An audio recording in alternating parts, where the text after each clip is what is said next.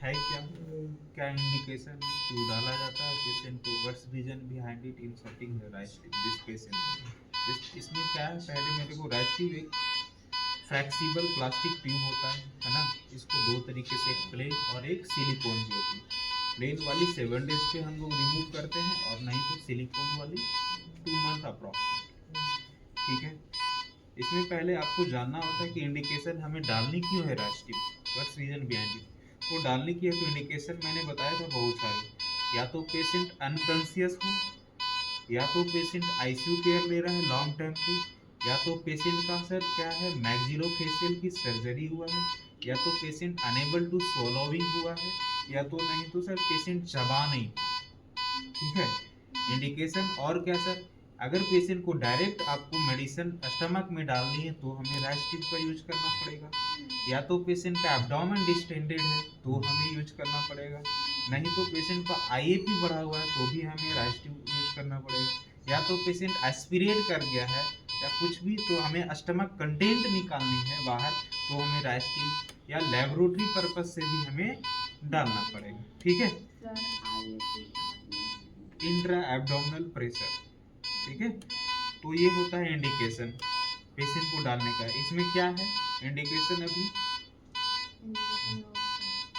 Operate हुआ है maxillofacial का, तो इनको खाना अभी नहीं खाना है मुंह से। ठीक है। तो हमें डालना है। दूसरी बात, इनको प्रॉपर न्यूट्रिशनल मिलते रहेगा। ठीक है। राइस्टिव के द्वारा। तो ये इंस्ट्रूमेंट है, पहले आप साइज जान लीजिए कितने कितने साइज का लगना चाहिए। मोस्ट प्रोबेबली छोटे बच्चों में 8 10 12 तक हम लोग जाते हैं। ठीक है।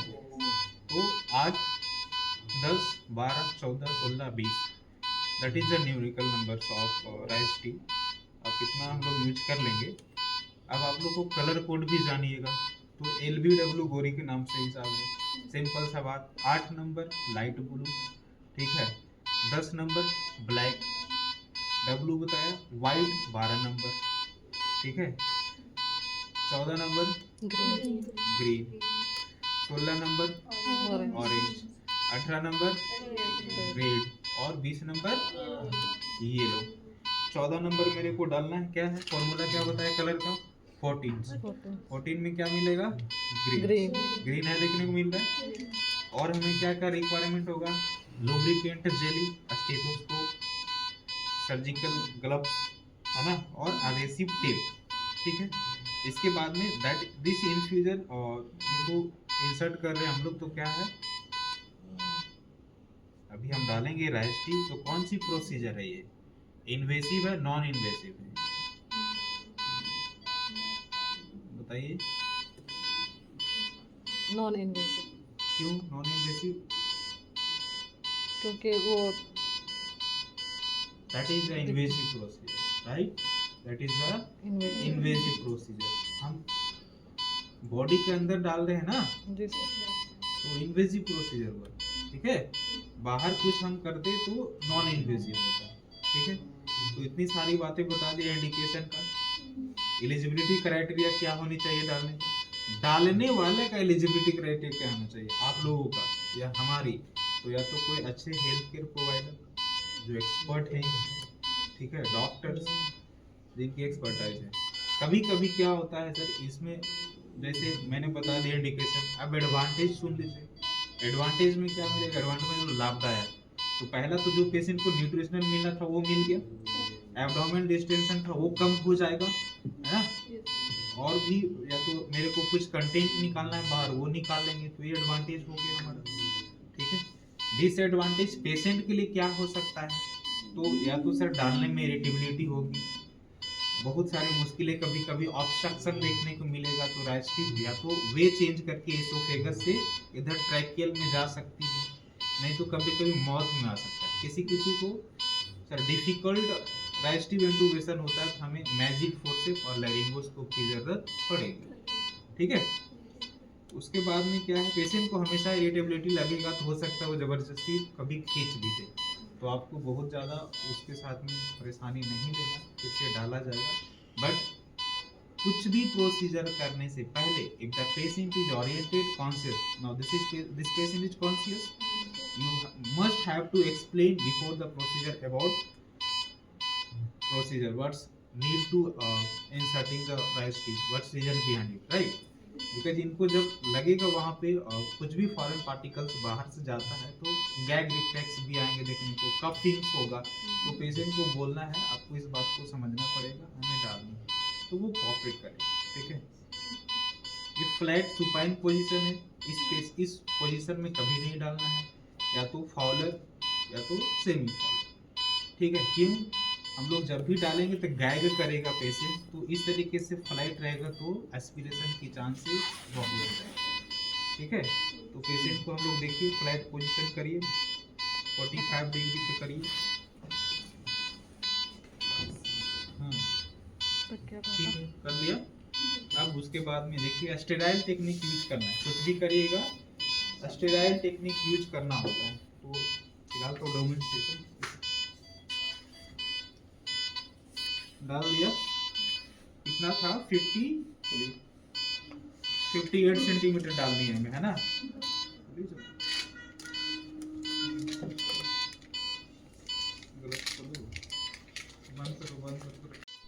थोड़ा तो कोऑपरेट करना, निकला है देख लिए किस तरीके से हम लोग इसको खींच के मोड़ना है, ऐसा नहीं कि टच करते चलेगा, ठीक है। इन्वेजिव है, पेट में डाल रहे हैं तो मतलब जितना प्रयास करना मिनिमाइज करने का इन्फेक्शन, ठीक है। दूसरी बात, हमें पहले चूज करना है वे को, किस वे में जाना है। हम मोस्ट पब्लिक क्या आता है कि right side nasal septal deviation होता है, तो इधर कभी कभी मुश्किलें होती है, तो हमें लेफ्ट साइड से मूव फॉरवर्ड करना है, ठीक है। तो हम देखते हैं इसको डाल करके क्या है इसका रीजन, जाता है कि नहीं जाता है।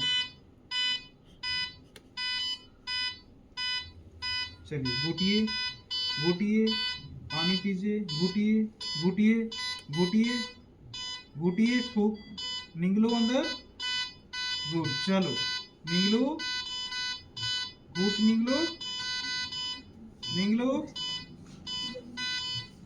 निगलिए, आप इसको अंदर करिए ट्यूब को, गुड।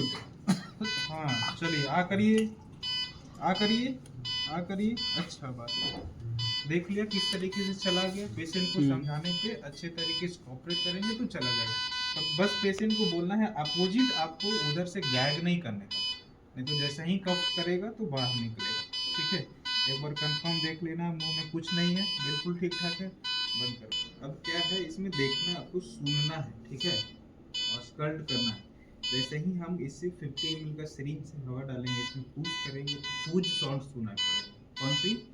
फूज साउंड। तो फूज साउंड या तो स्कल्ट करेंगे स्टेथो से, नहीं तो ट्रेंड वाले जो रहेंगे वो इसको पकड़ के भी कर सकते हैं। दूसरी बात, स्टमक का पीएच कंटेंट बाहर निकलेगा, है ना। अगर एसिडिक रहा तो पेट में है, और अल्कलाइन रहा तो इंटेस्टाइन में चला गया, तो हमें फिर मूव फॉरवर्ड करना होता है, पीछे करना होता है, मूव बैक, सॉरी, है ना, क्या करना होता है, मूव बैक करनी होती है। तो अभी हम देखते हैं ट्यूब गया है कि नहीं गया सही, फिर ये बताएंगे मैडम जी। तो नहीं पड़ा, आया था, कौन सी साउंड आया? बोथ साउंड, फूज साउंड आया, है ना। देखो इस तरीके से भी दिखता है, अगर आप और किसी को फील करना है तो कर सकते हैं, है ना। कभी गलती से लंग्स में चला गया तो आप जैसे ही ये पेशेंट इनहेल करेगा ना, तो वाटर डालिएगा तो इसके साथ साथ में ये चला जाएगा पानी, तो वहां तो गड़बड़ हो गया। अब पेशेंट तुरंत से स्टार्ट करने लगेगा कफिंग, तो प्रॉब्लम है। सडन ट्यूब को धीरे धीरे से निकालना है, अचानक से खींचने का नहीं, है ना। इस तरीके से खींच करेंगे और धीरे धीरे से पेशेंट को हेल्प लेते हुए निकाल देना है। और स्कल्ट कर लिया, सुन लिया, अच्छे तरीके से गया है। अगर सर एसिडिक आता है तो स्टमक में है, अगर अल्कलाइन हुआ तो इंटेस्टाइन में है, तो उसे रिमूव करना, ठीक है। पूछा जाएगा what is the confirmatory test Ryle's tube insertion, what is the conformity test to see the rice tube on place or not, ये मेरे को आप लोग बताइए। Confirmatory test, right, only one answer आएगा एक्सरे, क्लियर। क्यों एक्सरे में आएगा? ये तो सर ट्यूब फ्लेक्सिबल है, प्लास्टिक की है, तो कैसे आएगा? you can see this is the radio opaque line, right, this one is, you can see green one is radio opaque line, इसके माध्यम से हमें कहाँ तक ट्यूब गया है वो एक्सरे में विजुअलाइज होगा, ठीक है।